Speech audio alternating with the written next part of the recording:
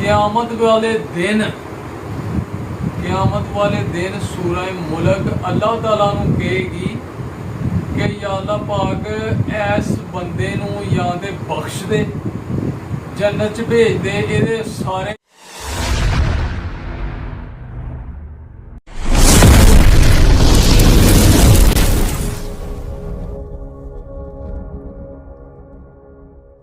बिस्मिल्लाहिर्रहमानिर्रहीम। अस्सलाम वालेकुम जी सारिਆਂ ਦੋਸਤਾਂ ਨੂੰ, ਵੀਰਾਂ ਨੂੰ, ਵੇਖਣ ਵਾਲਿਆਂ ਨੂੰ, ਚਾਹਣ ਵਾਲਿਆਂ ਨੂੰ। ਤੇ ਦੋਸਤੋ ਅੱਜ ਅਸੀਂ ਤੁਹਾਨੂੰ ਦੱਸਣਾ ਹੈ ਕਿ ਸੂਰਾ ਮੁਲਕ ਦੀ ਕਿੰਨੀ ਫਜ਼ੀਲਤ ਹੈ ਤੇ ਕਿੰਨਾ ਵੱਡਾ ਅਜਰ ਹੈ ਜਨਾਬ ਉਹਨੂੰ ਪੜ੍ਹਨ ਦਾ, ਤਿਲਾਵਤ ਕਰਨ ਦਾ। ਠੀਕ ਹੈ ਜੀ। ਤੇ ਇੱਕ ਹਦੀਸ ਤੁਹਾਨੂੰ ਸੁਣਾਣੀ ਹੈ ਜਨਾਬ, ਬਹੁਤ ਜ਼ਿਆਦਾ ਮਜ਼ਾ ਆਏਗਾ ਤੁਹਾਨੂੰ ਇਹ ਹਦੀਸ ਸੁਣ ਕੇ ਤੇ ਇਹਦੇ 'ਤੇ ਅਮਲ ਵੀ ਕਰਨਾ ਦੋਸਤੋ ਤੁਸੀਂ। हज़रत अब्दुल्ला इब्न अब्बास रज़ी अल्लाह ताला अन्हु फरमाते हैं कि रसूलुल्लाह सल्लल्लाहु अलैहि वसल्लम वो फरमाते हैं कि जी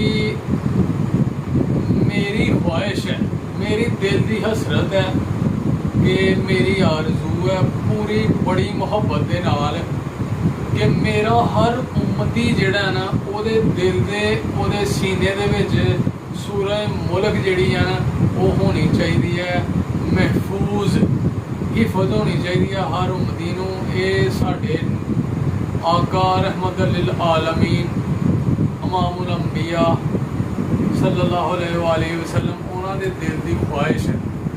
ते साडे ते इन्ना ही बड़ा करम है अल्लाह पाक दा कि उन्हें सानू अपने आखिरी नबी दी उम्मत दे विचों पैदा कीता, उन्हां दा उम्मती बनाया सानू।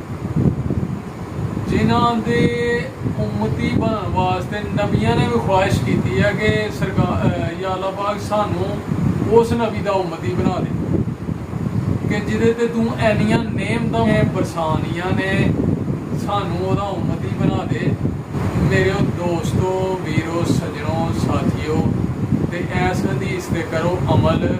ते साडा ये हुण फर्ज बनदा है कि असीं अपने नबी सल्लल्लाहु अलैहि वसल्लम उन्हां दी दिल दी हसरत करिए पूरी कि सूरह मुल्क जिहड़ी है वो असीं याद करिए, हिफज करिए। ते अज दा सबक ये है सारे मुसलमानां वास्ते कि जी सूरह मुल्क अज तो ही जनाब याद करनी शुरू कर दिओ। ਉਹਦੀਆਂ 2-4-5 ਐਤਾਂ ਜਿਹਨੂੰ ਤੁਸੀਂ ਯਾਦ ਕਰ ਲੈਣੀਆਂ ਨੇ, ਤੁਹਾਨੂੰ ਆਪ ਹੀ ਮਜ਼ਾ ਆਉਣਾ ਹੈ ਤੇ ਨਾਲੇ ਤੁਹਾਨੂੰ ਪਤਾ ਲੱਗ ਜਾਣਾ ਵੀ ਕਿੰਨਾ ਸੌਖਾ ਕੰਮ ਹੈ ਯਾਰ। ਤੇ ਇਹ ਸਾਨੂੰ ਜਨਾਬ ਕੋਈ ਹਫ਼ਤੇ 'ਚ ਅਸੀਂ 4-5 ਦਿਨ ਦੇ ਅੰਦਰ 30 ਐਤਾਂ ਨੇ ਸੂਰਾ ਮੁਲਕ ਦੀ, ਤੇ ਕੋਈ 5 ਦਿਨ ਲੱਗ ਜਾਣਗੇ ਉਹਨੂੰ ਹੀ ਹਿਫਜ਼ ਕਰਦੇ ਹਾਂ। ਤੇ ਜਦੋਂ ਉਹ ਹਿਫਜ਼ ਹੋ ਗਈ ਜਨਾਬ ਡੇਲੀ ਰਾਤ ਨੂੰ ਤੁਸੀਂ ਤਿਲਾਵਤ ਕਰਕੇ ਸੌਣਾ ਸੂਰਾ ਮੁਲਕ ਦੀ, ਤੇ ਬਹੁਤ ਬੜਾ ਅਜਰ ਹੈ ਇਹਦਾ। नबी पाक सल्लल्लाहु अलैहि वसल्लम फरमाते ने कि जेड़ा बंदा डेली ज़्यादा तो ज़्यादा सूरह मुल्क की करता है ना तिलावत, क़यामत वाले दिन सूरह मुल्क अल्लाह ताला नूं कहेगी कि या अल्लाह पाक ऐस बंदे नूं या ते बख्श दे, जन्नत च भेज दे, इहदे सारे गुनाह माफ़ कर दे, या फिर मैनू कराने पाक तू अलग कर दे। फिर अल्लाह ताला कहेगा कि जा फिर ਇਹਦਾ दामन फड़ के ते इनू जन्नत च छड्ड जा। इन्ना वड्डा अजर है यार सूरह मुल्क दा, ते इन्ना वड्डा इनाम है हर उम्मती वास्ते, हर मुसलमान वास्ते।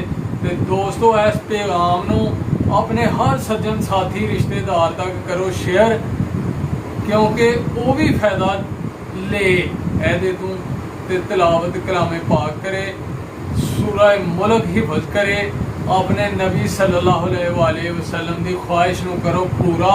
ठीक है दोस्तों। तो जे एक भी बंदे ने जनाब ਇਹਦੇ ते कर लिया ना अमल, तो ਉਹਦਾ अजर ਤੁਹਾਨੂੰ भी मिलना है, सानू भी मिलना है, ਤੁਹਾਡੀ भी आखिरत समझ जाएगी, साडी भी समझ जाएगी। ठीक है दोस्तों। इस वास्ते खुद भी हिफज करो ते दूसरिਆਂ तक भी यह पैगाम ਜਿਹੜਾ ਨੂੰ शेयर करो कि हर मुसलमान, हर सज्जन साथी जिहदे तक भी जिहड़ा भी सुनन दिया वो जनाब सूरह मुल्क नूं हिफज करने की कोशिश करे। अज तो ही जनाब इरादा कर लो ते सबक जिहड़ा ना याद करना शुरू कर दो। बहुत सौखा काम है। ਤੇ ਜਨਾਬ 30 ਐਤਾਂ ਨੇ ਉਹ ਤੁਸੀਂ ਜਿਹਨੂੰ ਯਾਦ ਕਰ ਲੈਣੀਆਂ ਨੇ। ਆਖਰਤ ਵੀ ਸੰਵਰ ਜਾਣੀ ਹੈ ਤੇ ਦੁਨੀਆ ਵੀ ਸੰਵਰ ਜਾਣੀ ਹੈ। ਤੇ ਅੱਲਾਹ ਤਾਲਾ ਜਨਾਬ ਸਾਰਿਆਂ ਨੂੰ ਇਸ ਚੀਜ਼ ਤੇ ਅਮਲ ਕਰਨ ਦੀ ਤੌਫੀਕ ਅਤਾ ਫਰਮਾਏ। ਤੇ ਦੋਸਤੋ ਅੱਜ ਦੀ ਵੀਡੀਓ ਇਹ ਹੀ ਹੈ ਤੇ ਇੱਥੇ ਹੀ ਐਂਡ ਕਰਨੇ ਆ। ਉਮੀਦ ਕਰਨੇ ਆ ਤੁਹਾਨੂੰ ਜ਼ਰੂਰ ਪਸੰਦ ਆਈ ਹੋਏਗੀ ਤੇ ਕਮੈਂਟ ਕਰਕੇ ਜ਼ਰੂਰ ਦੱਸਣਾ ਤੁਸੀਂ, ਠੀਕ ਹੈ। ਤੇ ਚੰਗੀਆਂ ਗੱਲਾਂ ਦੂਸਰਿਆਂ ਤੱਕ ਵੀ ਜਿਹੜੀਆਂ ਨੇ ਉਹ ਸ਼ੇਅਰ ਕਰਨੀਆਂ ਨੇ। ਫਿਰ ਹੋਏਗੀ ਮੁਲਾਕਾਤ ਇਨਸ਼ਾਅੱਲਾ ਇੱਕ ਨਵੀਂ ਵੀਡੀਓ ਦੇ ਨਾਲ। ਆਪਣਾ ਤੇ ਆਪਣੇ ਪਿਆਰਿਆਂ ਦਾ ਰੱਖਣਾ ਖਿਆਲ, ਮਾਂ-ਬਾਪ ਦੀ ਕਰਨੀ ਹੈ ਸੇਵਾ ਤੇ ਉਹਨਾਂ ਦੀਆਂ ਵੀ ਲੈਣੀਆਂ ਨੇ ਦੁਆਵਾਂ, ਉਹਨਾਂ ਦੀ ਕਰ ਲਓ ਖਿਦਮਤ ਤੇ ਨਮਾਜ਼ ਜ਼ਰੂਰ ਪੜ੍ਹਨੀ ਹੈ। ਤੇ ਜਨਾਬ ਸਾਨੂੰ ਵੀ ਰੱਖਣਾ ਆਪਣੀਆਂ ਦੁਆਵਾਂ 'ਚ ਯਾਦ। ਤੁਹਾਡੀਆਂ ਦੁਆਵਾਂ ਦੀ, ਤਾਵਨ ਦੀ, ਸਪੋਰਟ ਦੀ ਬਹੁਤ ਜ਼ਰੂਰਤ ਹੈ। ਠੀਕ ਹੈ ਸੱਜਣੋ, ਓਕੇ ਫਿਰ, ਅੱਲਾਹ ਹਾਫਿਜ਼, अस्सलाम वालेकुम।